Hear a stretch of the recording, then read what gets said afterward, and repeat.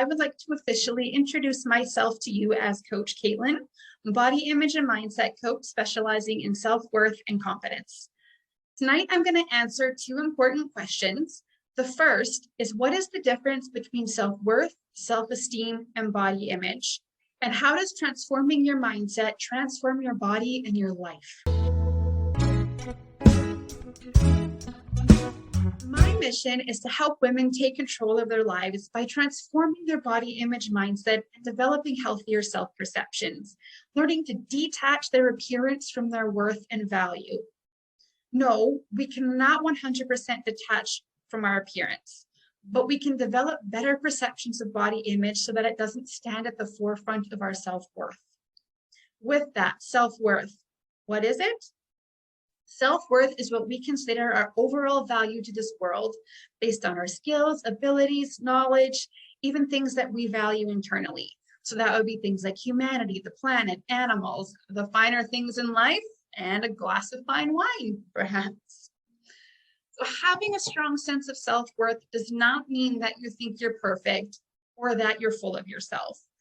But it does mean that you recognize you're worthy of receiving things like love, success, relationship, and respect simply because you're here and you're human. Self-esteem is more of an internal concept of our self-worth that elicits feelings, how we feel about ourselves before, during, and after situations.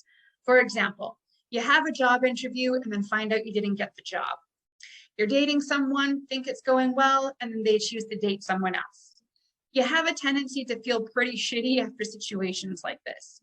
On the other hand, you win some money in a lottery, you get a promotion, someone compliments your outfit one day, someone surprises you with a bouquet of flowers. You have a tendency to feel pretty incredible after these kinds of situations. For the most part, self-esteem fluctuates as we experience life. When good things happen, we feel a higher self-esteem, and when bad things happen, we feel a lower self-esteem. But overall, there's balance, and we get both spectrums, okay? So how does body image fit in with all of this? Body image is how we see or perceive our appearance, and it makes up part of our self-esteem, but not the whole thing. And according to psychologists, body image takes up approximately 1/3 of our total self-esteem. For some people, body image takes up more than 1/3 of their self-esteem, which is where confusion sets in. When you're unable to detach your appearance from your worth, you tend to have low self-esteem because you perpetually focus on your flaws and blame outcomes on your appearance. So self-worth, self-esteem, and body image are not one and the same, but unfortunately, they do seep into each other, and for too many women, cause them to wrongly value themselves and their self-worth. So I hope you guys are with me so far. We've got the definitions out of the way, so now we're gonna continue on with that. So body image itself relates to many factors, including height, weight, body shape, hair color, hair type, even features such as your nose, ears, eyes, your mouth, fingers, toes, skin color, and so on. Body image affects both men and women, but it is more common among women. And for women, weight is the most common body image issue that we see. Saying that you love your body, as great as that is, it's not enough to say that you have a positive body image, okay? Developing a positive body image means that you're not letting your perceptions of appearance control your life. You can detach positive and negative outcomes from your appearance, and you understand that you are more than your body. Your worth is not valued by your body. Your ability to achieve has nothing to do with your body. Your capacity to enjoy life has everything to do with you. Your worth has everything to do with your understanding that you are not your body. It's reprogramming your mind to let go of everything that you've been taught that causes you to attach situations with appearance and confuse value and esteem and image, okay? So when it comes to body image, there are two types of coping mechanisms, and I like to refer to them as hiding and seeking. Those who hide choose to be isolated or masked or concealed behind something so they can't be judged. those who seek intentionally look for the immediate best trending solutions to perfect, AKA remove their flaw. So I personally used to be a hider. I would isolate myself, avoid eye contact, and I would wear baggy clothes to physically hide my body. I want you to know that it's okay and natural to want to make a good impression. But a good impression has nothing to do with perfectionism or perceived flaws. It's one thing to have good hygiene and a grooming ritual, but it becomes a behavioral problem when the ritual is an obsession or you can't leave home without it.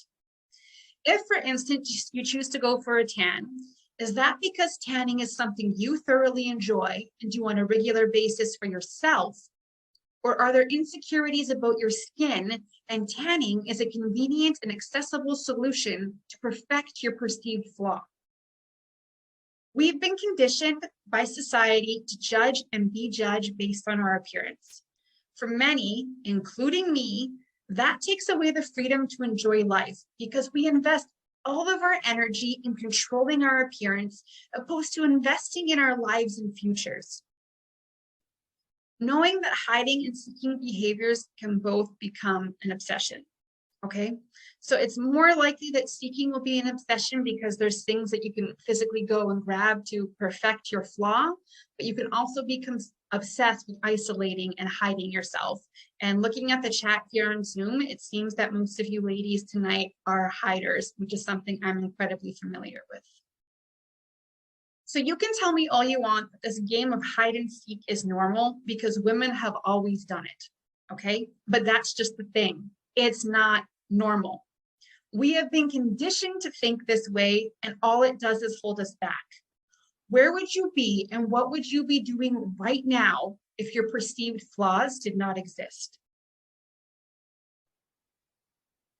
So if you haven't gathered yet, there are 3 components to body image, and we're going to break them down. The first is your perceptions, how you see your body. The second is your emotions, how you feel when you see your body. Are you sad, depressed, ashamed, happy? And the third is your behaviors, what you do after you process how you feel about your body. So this is where your hiding and seeking coping mechanisms come in. Okay, you're with me? So these 3 components, perceptions, emotions, and behaviors, directly affect one another. If you change your perceptions, your mindset about your body, you will elicit different emotions, likely happier emotions, and alter your behaviors. So you'll obsess less, you'll tune out your inner negative voice, and you'll stop seeking perfect solutions. Of these 3 components, perceptions, emotions, and behaviors, which is the easiest to change? Your perceptions. Transformation comes from within. It comes from developing healthier self-perceptions and letting go of your current perceptions, deleting the misconceptions. It means allowing yourself to learn new perspectives and moving beyond the constraints you have in place. It means detaching your appearance from your life and aligning with who you are at the core, your true worth and the life you were meant to live here and now. So I'm going to throw out some scenario questions that are examples of situations where your current perceptions may have held you back or altered the course of your life. Try and think of how the outcome could have been different for any of these that apply to you. So I ask you, have you ever compared yourself to another woman? Because I have. And sorry, for these, you can just think about them mentally, or again, just put a little mark for everyone that applies to you, okay? So have you ever compared yourself to another woman? Have you ever canceled on a date because you felt so insecure? Because I have. Have you ever made fun of yourself by pointing out your flaws so that nobody could do it after? Because I have. Have you ever refused to have the lights on in bed with someone because you didn't want them to see you naked? Because I have. Have you ever wasted valuable time fantasizing about how incredible life would be if only I had that perfect body? Because I have. Have you ever missed out on shopping with your friends because you were uncomfortable trying on clothes in front of them? Because I have.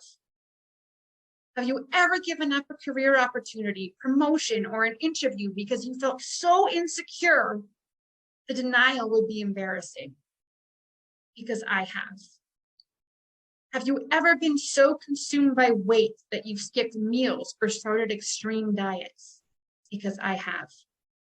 Have you ever sought or thought about cosmetic treatment to make a permanent change to your flaw? Because I have. Have you ever seen another woman who had your perfect body and it caused you to clam up or close in on yourself? Because I have. So the next time you go to get your nails done or get in a workout or change your eating habits or spend more money, miracle cures and remedies, ask yourself why. Why are you doing X, Y, and Z? Are you doing it for you because it genuinely makes you feel good and it's part of who you are? Or are you doing it because it will fix everything because you were told to? So I'm sure going through those scenarios, every single one of those applied to me. And even if not every single one of them applied to you, I know most did. And that's because we have been conditioned to feel this way by society. Appearance insecurities and body image issues are just one more thing preventing women from moving up, achieving goals, and matching or exceeding our definitions of success. All the thoughts wasted on insecurities and all the control wasted on improving appearance. Let me ask you again, where would you be right now if perceived flaws did not exist? How different could the outcome of any of those situations or where you're at in life be different? My darling, they could be so freaking different. Here are some other statements that I want you to take away tonight. And if any of them resonate with you, please feel free to write them down. I am vulnerable. I am not hiding. I am not seeking. I am here and now. I am worthy. I am capable. The solution for changing your body image beliefs is within you. The solution is here and now where it has always been. And you have the ability to regain your control and shift your mindset. I myself moved from wearing clothes on the beach to designing swimwear for women. I moved from working a 9-to-5 to owning my own women's summer fashion boutique. I am writing a chapter in an upcoming women's novel. I've lost 100 pounds and I've kept it off, mostly. I'm single because I refuse to settle. I enjoy dates and dating, but on my time and my terms, and that's not my focus right now. I now know what I am capable of and how in control I am of my freaking destiny because I took the steps to master my mind and master my body. I have the tools, the knowledge, and experience. I have a lifetime of experience of hating my body and comparing and hiding and giving up on myself. And I have 6 years of extensive fixing and undoing and coaching and redirecting my life and ridding myself of my perceived flaws. Okay, at this point, you're probably thinking, Coach Caitlin, you have mentioned transformation 1,000 times tonight, but how do you actually transform? Well, the honest answer is that it's not an overnight change. And while the approach is the same, the specifics vary from individual to individual. The first step to transformation requires you to let go of your old beliefs, all the programming and conditioning you've absorbed since infancy from family, culture, and society. Where did it begin? For many, it's so deep-rooted and it takes time. From there, it's a matter of turning negatives into positives and realizing and fully accepting that while good and bad situations happen in life, it's never a result of appearance. I founded Master Your Body Mindset Coaching to help other women master their minds and master their bodies and take control of their lives. Because I have the step-by-step solutions to move you through your personal transition. You can start the process right now by writing your perceived flaw and insecurity on your paper. Then ask yourself, why is it a flaw and why is it an insecurity? Go back to your childhood. What were you taught that conditioned you into believing you are flawed? It's time for you to walk into a room with your head held high, looking everyone in the eyes like, yeah, look at me because I'm the shit and I'm here.